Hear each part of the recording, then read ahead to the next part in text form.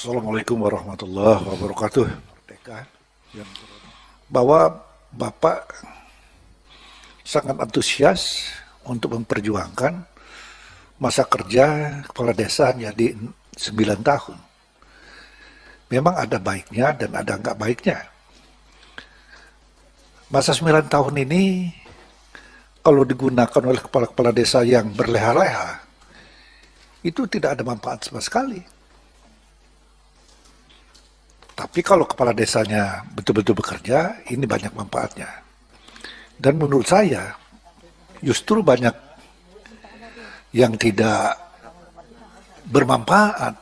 Kenapa? Karena mereka tidak dikejar oleh masa kerja mereka. Dan kita lihat juga, kan Pak Bupati, Pak Wali Kota 5 tahun.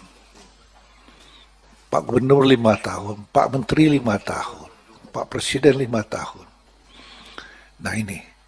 Kemudian penjelasan Bapak bahwa justru kalau dia sampai 9 tahun ini, maka hasil yang bisa dikerjakan, kinerja mereka bisa maksimal. Saya sependapat aja Pak. Tapi ini tidak semua kepala desa kita ini yang mempunyai pikiran-pikiran atau niat yang baik. Justru sekarang ini saya sangat prihatin.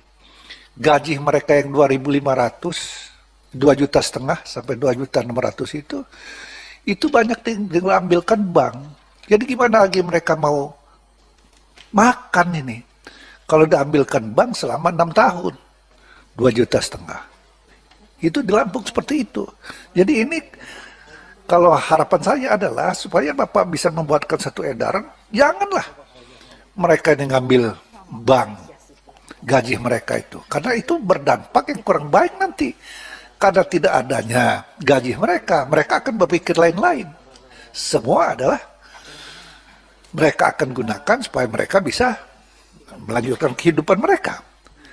Nah yang lain juga Pak. Sekarang ini kan ada dilema bahwa masa kerjanya perangkat desa, kadus, kaur dan kepala RT itu adalah masa kerja umur. Jadi umur 60 tahun. Sedangkan kepala desanya umurnya masa kerjanya 6 tahun. Nah jadi ini kan tidak seimbang. Kalau pas kepala desanya nanti yang terpilih itu tidak dapat dukungan waktu pemilihan dari para kepala dusun dan kepala RT ini atau kaur-kaur ini, maka tentu waktu mereka melaksanakan tugas itu tidak akan sejalan. Nah bagaimana ini saya harapkan kepada Bapak supaya kiranya bisa kita pikirkan untuk merubah undang-undang kita ini, disamakanlah masa kerjanya. Kadus juga, kaur juga 6 tahun juga sesuai dengan masa kerja kepala desa supaya seimbang dia. Kalau enggak nanti ya enggak semuanya cocok sama kepala desa itu yang perangkatnya di bawah itu. Nah kalau enggak cocok ini yang jadi masalah Pak. Jadi dia mencari-cari kesalahan kepala desanya untuk dijatuhkan sehingga menghambat jalannya roda pemerintahan. Terima kasih. Assalamualaikum warahmatullahi wabarakatuh. Terima kasih Pak Tamanuri mengingatkan persoalan kepala desa itu memang usulan yang menarik juga itu memang jadi pembahasan juga di tingkat masyarakat itu. Nanti kita ingin dapat penjelasan lebih jauh dari Pak Menteri sebentar. Sampai memang dari Pak Menteri, saya juga ingin memperdalam ini persoalan kepala desa ini yang 9 tahun usulan Pak Menteri. Di desa itu di setiap pemilihan sebenarnya adalah mulai menarik sekarang Pak Menteri, mulai menarik perhatian. Karena banyak kaum muda yang mulai tertarik. Banyak kaum muda yang mulai tertarik untuk menjadi kepala desa. Bahkan antara pilihan mereka antara kepala desa dengan calon anggota DPR, mereka lebih memilih jadi kepala desa. Ada orang yang seperti itu di desa. Menariknya oleh karena apa? Apakah mereka mau melatih dirinya sebagai pemimpin anak muda kita ini, atau mereka hanya mengejar persoalan ADD yang ada di sana? Jadi ini saya minta juga pengamatan lebih jauh dari Kementerian Pedesaan, sehingga betul-betul para kepala desa ini tampil murni bukan mengejar posisi untuk mengejar keuangan yang mereka kelola. Tapi mereka adalah harusnya mengutamakan pengabdian mereka buat di masyarakat desa itu sendiri. Itu yang pertama. Yang kedua, sifat-sifat masyarakat desa. Sifat masyarakat desa itu berbeda dengan kita, Pak. Mereka menyukai memilih orang-orang yang kadang-kala masih muda. Ada yang juga yang energik, ya. Mereka begitu suka. Tetapi ada yang mereka suka adalah kepala desa yang lemah. Kenapa yang lemah dia suka? Karena dia pikir orang-orang yang lemah itu dia semaunya masyarakat mengarahkan kepada kepala desa itu sendiri. Nah kalau umurnya tadi seperti Pak Sujadi sampai 70 tahun, 78 tahun misalnya, memang juga menjadi perhatian, menjadi apa namanya, kita harus menjadi perhatian khusus. Karena dia memilih kepala desa bukan bagaimana desa agar maju. Masyarakat memilih kepala desa itu bukan karena desanya maju, tetapi bagaimana cara memilih kepala desanya agar kepala desanya mau ikut maunya, dapat raskin lah, dapat apalah misalnya, kebijakan-kebijakan kepala desa, yang semau hatinya masyarakat mau mengarahkan kepala desanya. Bukan dari cara berpikir kepala desanya, ingin mengembangkan desanya. Apa yang saya ingin sampaikan dalam penyampaian ini Pak Menteri adalah, mungkin kita butuh satu lembaga kajian atau teknik kajian dari Kementerian Pedesaan untuk memantau ini. Sehingga euforia para kepala desa yang kadang-kala syarat calon misalnya 5 itu yang mendaftar kadang di atas 10 orang biasanya. Karena begitu antusiasnya mereka. Nah, pertanyaan-pertanyaan itu barangkali tadi perlu dievaluasi, sehingga betul-betul yang tampil para kepala desa ini adalah orang-orang yang handal, sebagaimana yang menjadi tujuan Pak Menteri, bagaimana desa dikelola dengan baik, yang pada akhirnya ADD atau dana desa yang kita masukkan ke daerah, ke desa itu termasuk ADD yang dimasukkan oleh APBN itu adalah bisa bermanfaat betul buat pembangunan desa di seluruh Indonesia. Karena kita percaya bahwa membangun Indonesia dari desa itu akan jauh lebih bagus memang. Karena kalau dana APBN kita terpusat semua di pusat, di kota-kota, desa akan lambat terbangun. Dengan cara ini sudah akan bagus, selama itu kepala desanya betul-betul menjalankan pola berpikir membangun desa dengan baik, dengan memiliki sumber daya manusia yang baik. Tapi kalau dia hanya mengejar bagaimana mendapatkan ADD, dan kemudian pada akhirnya bisa mendapatkan keuntungan-keuntungan pribadi, itu menjadi salah program pemerintah kalau tidak segera diatasi. Kira-kira itu penyampaian saya Pak Menteri kepada Pak Menteri. Mungkin Bu Sri masih ada? Cukup ya. Barangkali itu Pak Menteri, kami persilakan Pak Menteri untuk memberikan tanggapan.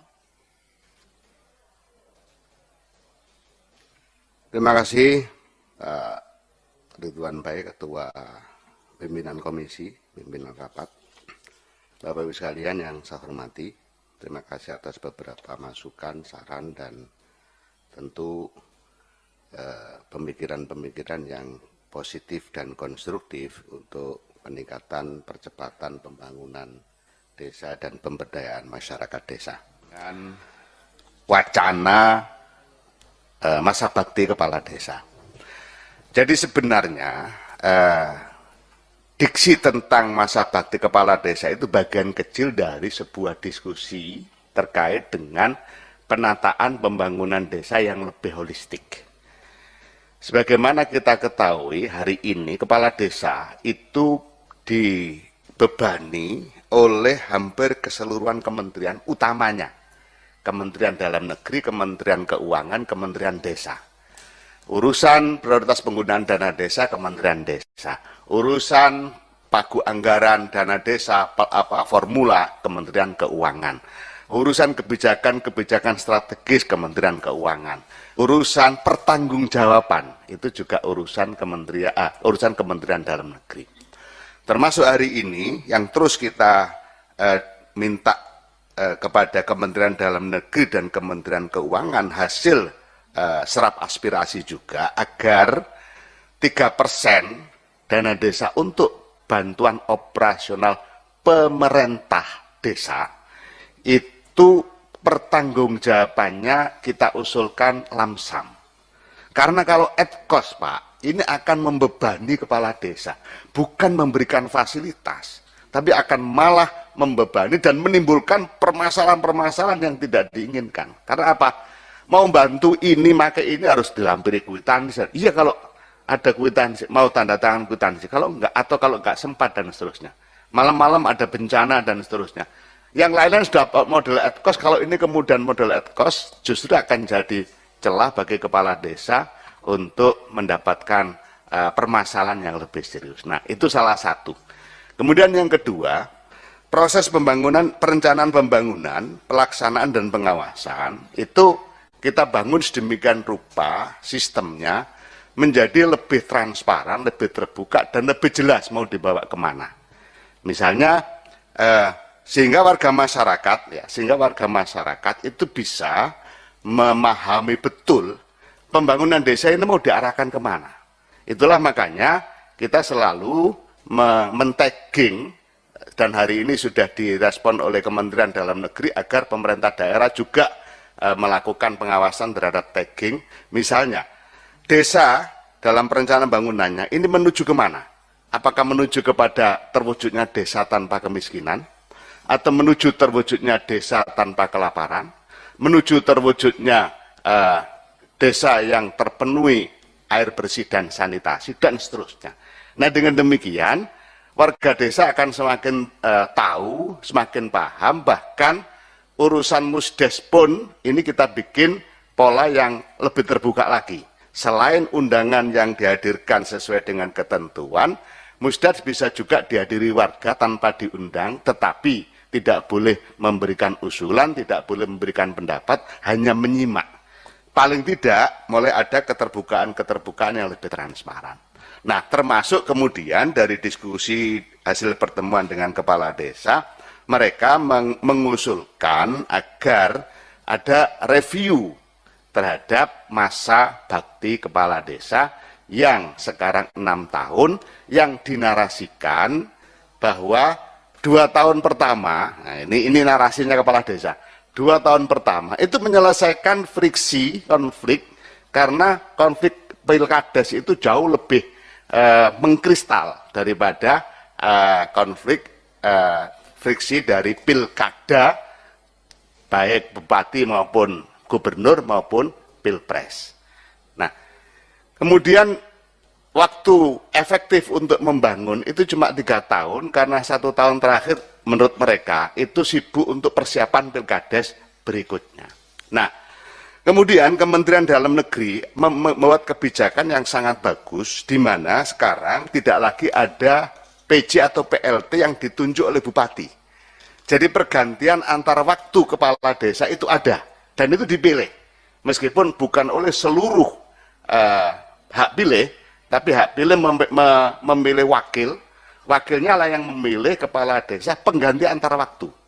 Nah, dengan demikian, kesinambungan pembangunan itu akan jauh lebih bagus daripada kemudian pemilihan itu PLT ditunjuk oleh bupati, dan ini akan mengurangi intervensi kepala daerah yang selama ini kemudian menjadi beberapa masalah. Nah, dari situ sebenarnya diskusinya itu bergulir. Nah, tetapi karena memang yang seksi itu masa jabatan, akhirnya masa jabatan yang paling banyak diolah, padahal sebenarnya banyak. Intinya adalah kita melakukan review terhadap Undang-Undang Nomor 4 Tahun 2014 tentang desa secara keseluruhan. Termasuk di dalamnya terkait dengan perangkat desa. Bagaimana kemudian mensinkronkan antara kepala desa dengan perangkat desa yang usia. Termasuk juga batasan, termasuk juga pola pencalonan kepala desa yang membolehkan, ini juga aspirasi yang berkembang, yang membolehkan dari luar desa. Nah, sehingga kadang-kadang incumbent ini terjepit karena didatangi calon-calon dari luar desa yang sarjana, yang lebih dan masyarakat kemudian dihadapkan pada pilihan-pilihan yang sulit. Nah, misalnya kebijakan-kebijakan seperti itu juga menjadi bagian. Nah, harapannya kepala desa adalah, dan juga perangkat desa, totalitas regulasi tentang desa, pembangunan desa dan bermasyarakat itu bagaimana satu, sehingga mereka tidak dibingungkan. Jadi sebenarnya itu diskusi-diskusinya. Nah, oleh karena itu tentu nanti kita akan sampaikan bahwa semua itu, dan selalu saya sampaikan, semua itu bukan kewenangan Kementerian Desa. Semua itu nanti ujung-ujungnya adalah revisi Undang-Undang Nomor 6 Tahun 2014 dan itu ada di legislatif, ada di DPR. Ini yang selalu kita pahamkan supaya mereka tidak kemudian terjebak pada harapan-harapan yang sebenarnya sudah saya yakinkan bahwa tidak mungkin. Sama tidak mungkin kita akan bisa memenuhi ini di tahun di periode ini. Nggak mungkin di periode saya. Karena itu nanti pasti akan masuk di prolegnas, akan berproses, akan diskusi panjang, dan tentu masukan-masukan dari Bapak Ibu pimpinan dan anggota Komisi 5 menjadi bagian penting dari pengayaan.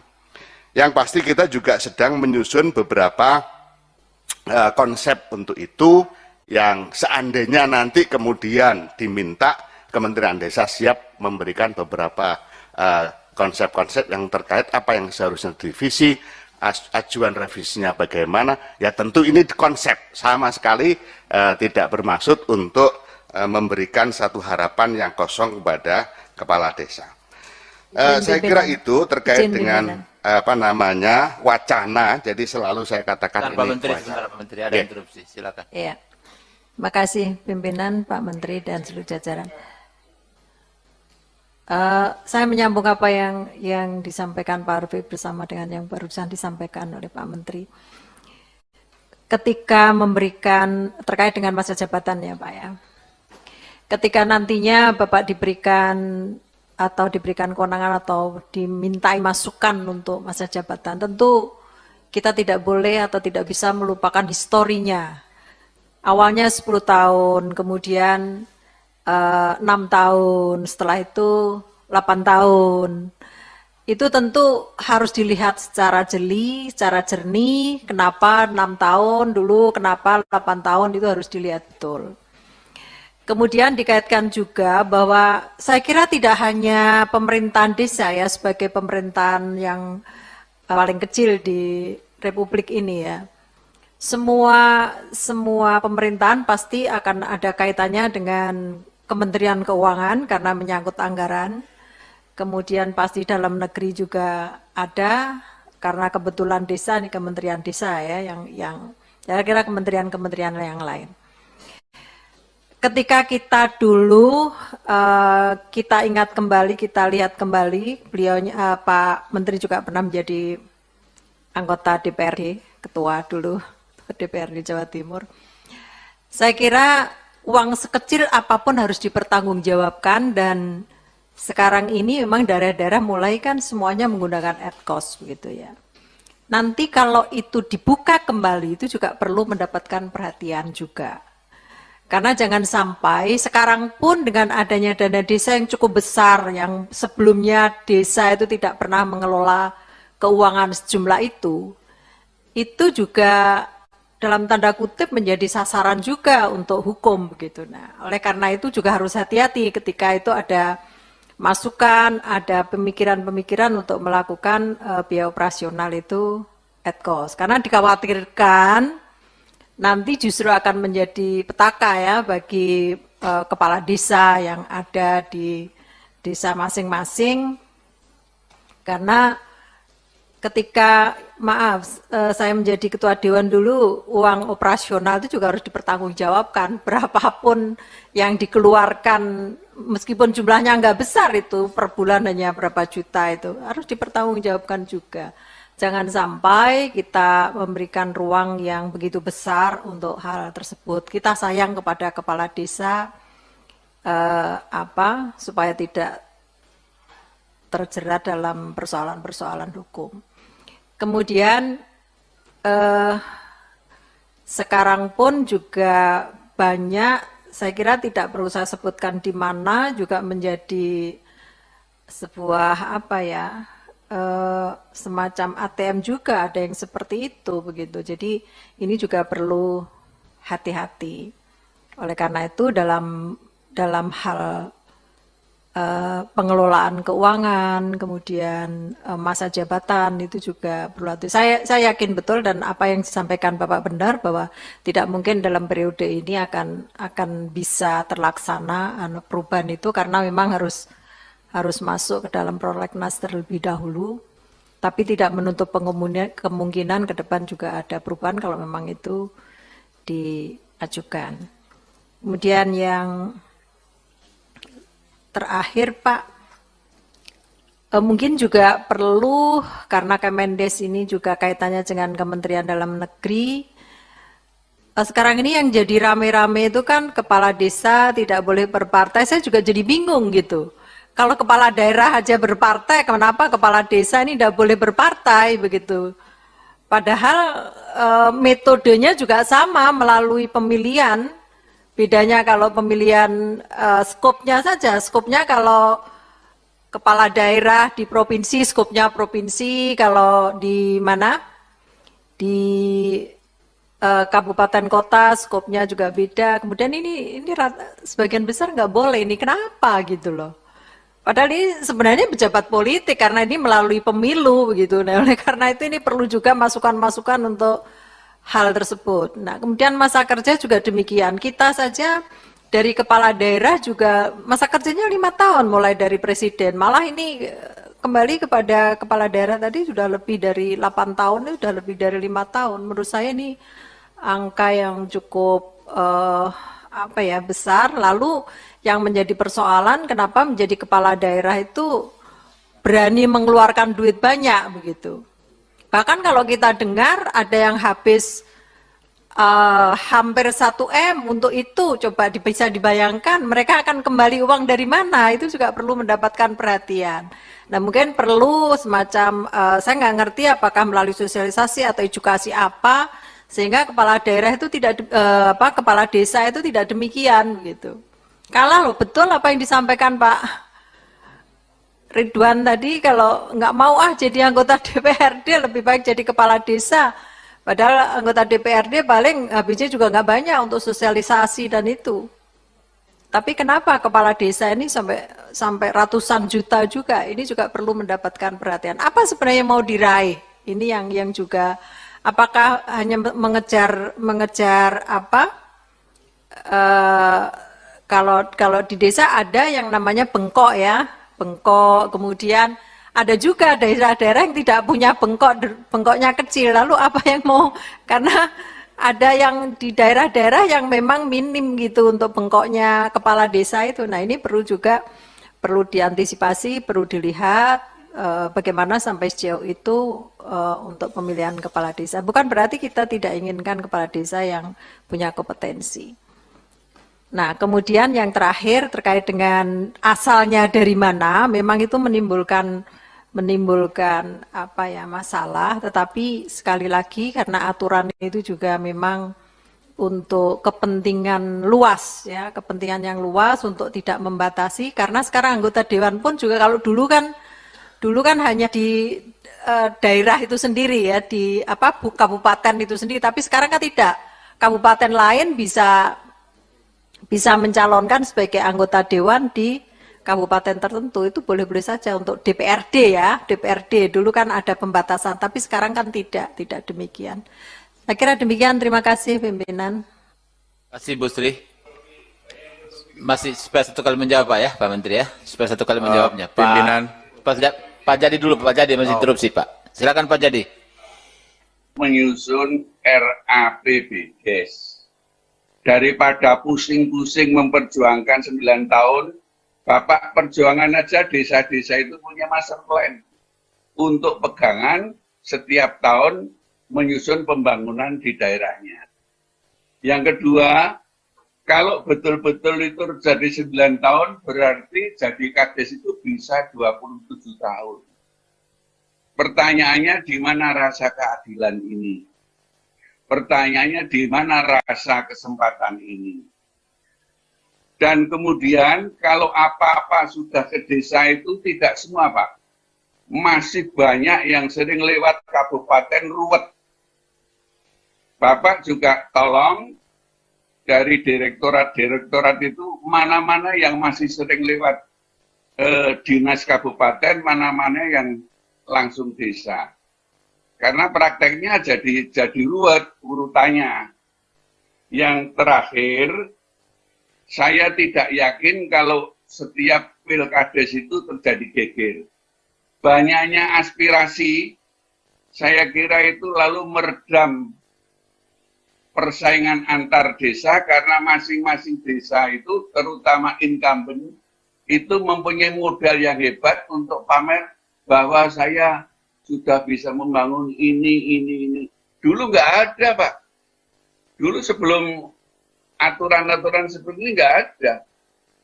Isinya hanya saling mencaci aja. Oh, itu suka gemenanya banyak, itu suka istrinya banyak ini. Sekarang sudah nggak ada cara begitu.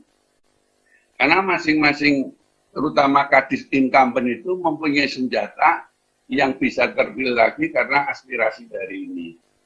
Terakhir saya mohon Pak, yang dari desa itu yang langsung kabupaten-kabupaten ini tinjau kembali, Pak. Jadi masih banyak lewat kabupaten, jadi seolah-olah desa itu tidak langsung ke desa seperti disampaikan Pak Menteri. Sekali lagi, lupakan aja Pak, yang 9 desa itu kita berjuang bersama-sama sesuai dengan partainya, memperjuangkan partainya dan dirinya menang. Terima kasih. Pak Jadi, Pak Dewo interupsi atau bukan? Kalau bukan interupsi, saya minta dia jawab interupsi dulu, Pak. Ya, nanti itu habis itu baru Pak Dewo. Silakan Pak Menteri. Terima kasih. Jadi banyak masukan aja tadi, termasuk Kades tidak boleh berpartai, juga masukan nanti. Termasuk juga menghitung, menganalisis perjalanan masa jabatan kepala desa, dan kita selalu merunut dari belakang, Bu. Jadi nanti telah kita juga pasti ke sana. Satu hal aja yang dari Pak Jadi, jadi bukan 27 tahun, tetap 18 tahun. Jadi yang diskusi yang berkembang dengan Kades itu 9 kali 2, bukan 6 kali 3. Atau dengan bahasa lain, tetap 18 tahun, cuma pembaginya bukan 3, tapi pembaginya 2. Saya sepakat kita berhenti diskusi itu karena itu wacana gitu. Wacana jadi nanti toh masih jauh, sangat jauh. Nggak mungkin di 1-2 tahun ini. Bapak Ibu sekalian yang saya hormati, saya selanjutkan. Pak Menteri, itu kan Bapak sudah jawab interupsi, masih ada masukan tambahan sudah satu kali. Silakan Pak Dewo. Terima kasih pimpinan. Saya masuk ruangan ini menurut perasaan saya tidak salah. Karena di ruangan Komisi 5. Tapi begitu di dalam kok ketemunya dengan Menteri Agama, begitu kan saya. Setelah saya cermati betul, oh ternyata Menteri Desa gitu. Hanya berubah penampilan saja gitu. Yang menjadi pertanyaan kan, kenapa rapat kali ini Pak Menteri Desa berubah penampilan gitu loh. Kira-kira punya motivasi apa begitu. Ya, kalau punya harapan, punya doa, saya juga ikut doakanlah supaya lancar, sukses, berhasil, begitu sesuai harapan. Pak Menteri saya minta jangan pesimis soal masa jabatan kepala desa. Pak Menteri menyampaikan bahwa tidak mungkin akan bisa terrealisir pada masa Menteri Desa yang sekarang ini, di periode pemerintahan sekarang ini. Memang mekanismenya itu agak panjang, tetapi kalau dimulai sekarang juga, sesegera mungkin, itu saya kira di tahun 2023 akan bisa terwujud itu, perpanjangan masa jabatan kepala desa, dengan melalui revisi undang-undang. Revisi undang-undang itu memang harus masuk prolegnas dulu. Sekarang ini tahapan untuk bisa memasukkan prolegnas di tahun anggaran 2023. Nah, kalau dimulai dari Pak Menteri Desa, dari sekarang ini, saya yakin akan bisa terwujud itu. Jadi saya minta Pak Menteri Desa jangan pesimis dulu soal ini, mengingat bahwa ini merupakan sesuatu hal yang sangat fundamental dalam langkah pembangunan di desa.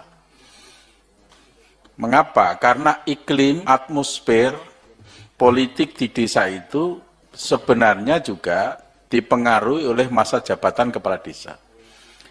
Tuntutan para kepala desa supaya masa jabatannya ditambah dari 6 tahun paling tidak menjadi 8 tahun atau 9 tahun, itu kan sudah cukup lama. Karena sudah lama mestinya dari Kementerian Desa sudah melakukan satu kajian. 6 tahun yang sekarang ini berjalan, itu menguntungkan atau merugikan dalam konteks pembangunan desa.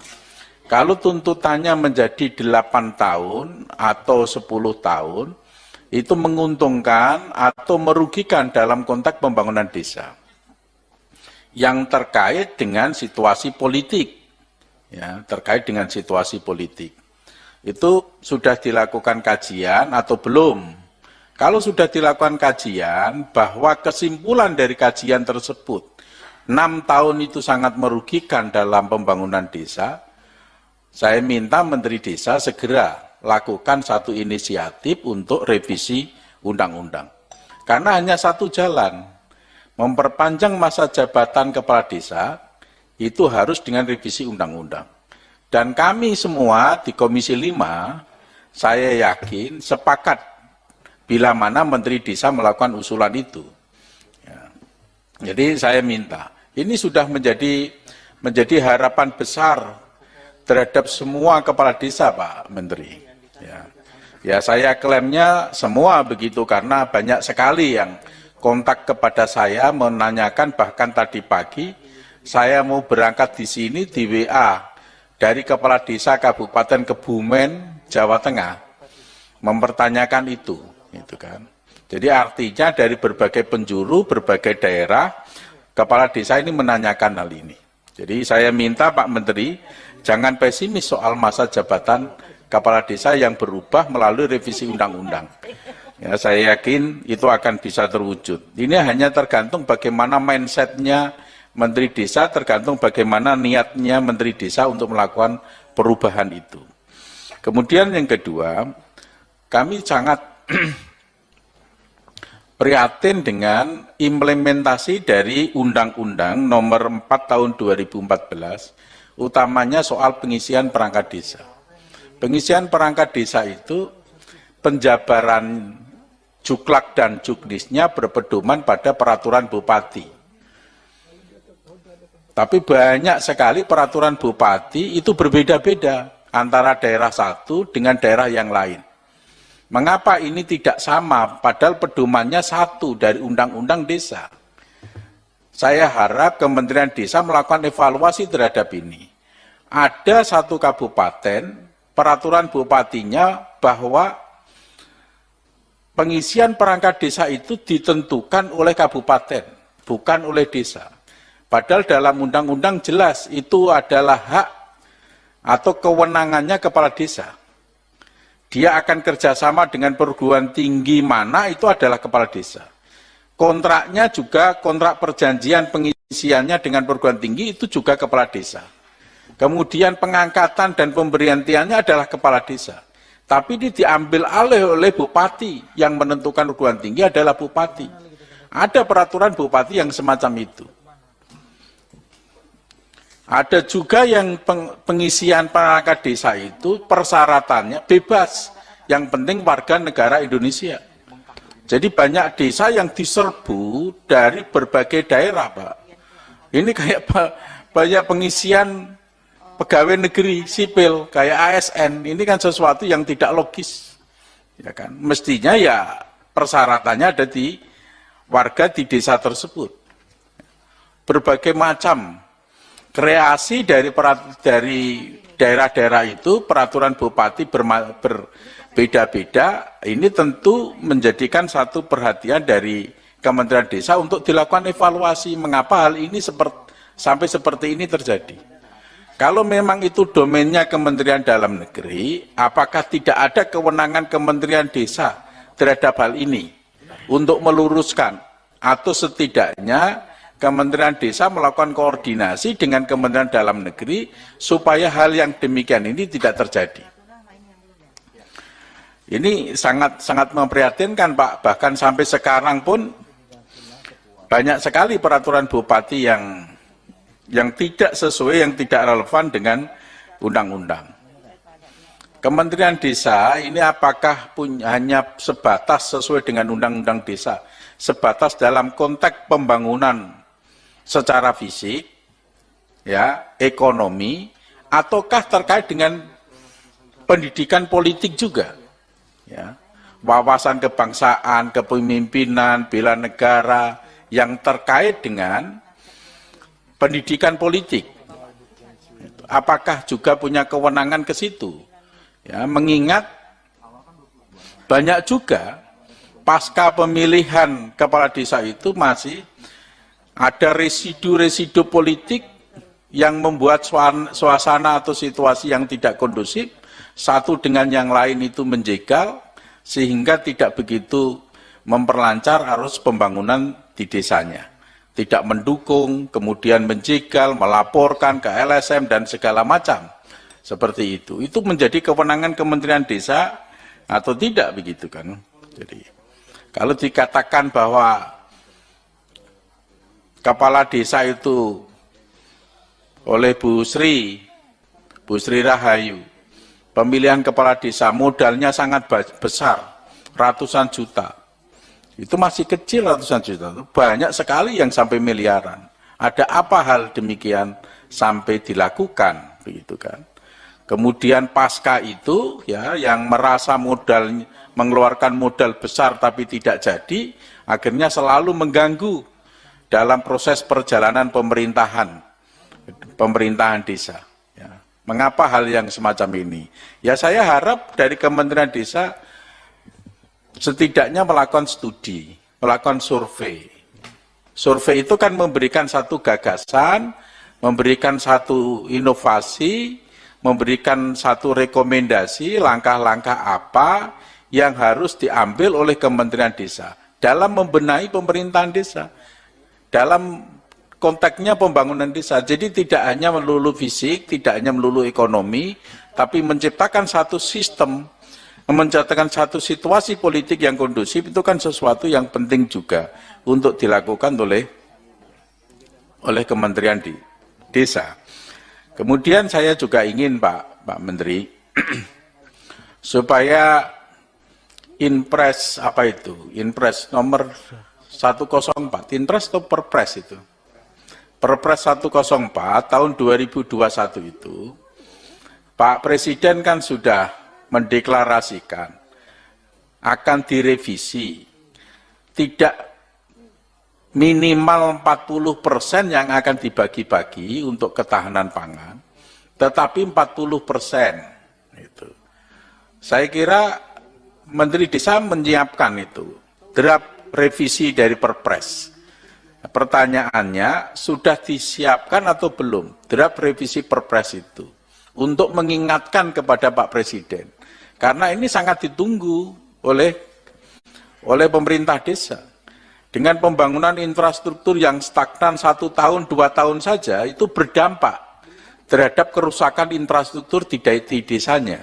Ya. Apalagi kalau ini tanpa ada satu kepastian kapan waktu Perpres itu dijalankan, kapan itu berakhir. Maka saya berharap dari Pak Menteri Kementerian Desa itu segera lakukan. Saya kira Presiden sangat komit dan pasti komit, konsisten terhadap deklarasinya untuk melakukan revisi Perpres itu.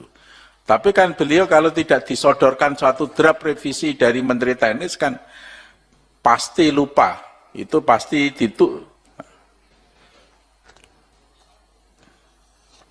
Ya, saya minta itu Pak Menteri, ya, saya minta karena itu memang harapan dari pemerintah desa. Barangkali ada satu penjelasan yang mencerahkan dari Kementerian Desa. Ini memang sangat ditunggu, sesuatu yang mencerahkan. Terkait dengan kantor kepala desa, Pak. Banyak sekali kantor kepala desa yang memprihatinkan. Ini saya ulangi lagi ini. Karena kantor desa ini kayaknya status quo. Dia sebagai pusat pemerintahan di desa, pemerintahan desa itu merupakan bagian integral dari pemerintahan Republik Indonesia. Ya. Tanpa ada pemerintahan desa itu tidak akan berjalan Republik ini. Ya. Tanpa ada kantor desa juga tidak akan bisa berjalan menjalankan pemerintahan dan pembangunan perekonomian di desa. Tetapi kantor desa ini kayaknya tidak ada yang bertanggung jawab. siapa yang harus melakukan pemeliharaan, perbaikan terhadap kantor desa. Desa jelas tidak punya anggarannya. Pemerintah kabupaten selama ini saya lihat di mana-mana tidak ada pemerintah kabupaten yang menganggarkan untuk perbaikan kantor desa. Pemerintahan provinsi tidak, pemerintahan pusat tidak. Terus bagaimana nasibnya kantor desa ini? Lebih-lebih bagi kantor desa yang dalam kondisi yang memprihatinkan. Begitu ya. Jadi tolong saya diberi jawaban yang mencerahkan, Pak. Paling tidak ada satu solusi, langkah apa yang akan diambil oleh Kementerian Desa untuk mengatasi ini. Ya, meskipun baru gambaran langkah yang akan diambil, tidak langsung penganggaran di tahun 2023. Kalau berbicara soal implementasi daripada tahun anggaran 2022, ya, anggaran tahun 2022 bagaimana implementasinya, progres fisiknya sebesar berapa, progres keuangannya sebesar berapa, itu saya kira satu persoalan yang sangat mudah. Itu matematika lah kali itu. Tapi bagaimana Kementerian Desa itu mampu mengatasi masalah-masalah yang esensi terhadap kondisi desa yang sekarang ini dihadapi. Saya kira itu pimpinan. Terima kasih. Kasih Pak Dewo. Silakan Pak Menteri. Terima kasih Pak Dewo. Saya lanjutkan. Jadi saya tadi juga datang ke sini cari-cari Pak Sudewo. Karena apa? Karena saya pakai peci ini ya juga demi Pak Sudewo. Karena Pak Sudewo itu selalu tampil rapi, Pak, rambutnya nggak pernah amburadul. Nah, rambut saya ini lagi posisi yang sangat tidak rapi, panjang, nggak belum sempat potong. Nah, daripada repot-repot saya pakai peci itu aja. Jadi tidak ada apa-apa, hanya sekedar ingin tampil rapi seperti Pak Sudewo. Kemudian terkait dengan masukan-masukan tentu akan kita tindak lanjuti terkait dengan pengisian perangkat desa, akan kita koordinasikan dengan Kementerian Dalam Negeri, kemudian menciptakan suatu situasi politik yang kondisional. Saya pikir ini tugas kita semua, bukan hanya Kementerian Dalam Negeri, tapi kita semua termasuk di dalamnya adalah Kementerian Desa. Untuk Perpres 104, serta-merta akan berakhir Pak Dewo dengan selesainya undang-undang rujukan APBN itu, karena sekarang kan 2023 kan kembali ke undang-undang lama. Nah, Perpres disusun berdasarkan undang-undang transisi itu, akhirnya ketika kembali ke undang-undang lama, maka otomatis dia akan keluar. Dan di Permendesa yang baru untuk 2023 sudah disebutkan tegas maksimal 25%, bukan minimal lagi, tapi maksimal 25%. Nah, ini terkait juga dengan aspirasi yang disampaikan Pak Sudewo tadi terkait dengan pemeliharaan dan perawatan kantor desa. Jadi pada saat kita menyusun Permendes nomor 8 tahun 2002 tentang prioritas penggunaan dana desa 2023, itu sudah kita masukkan. Jadi untuk desa mandiri dan seterusnya.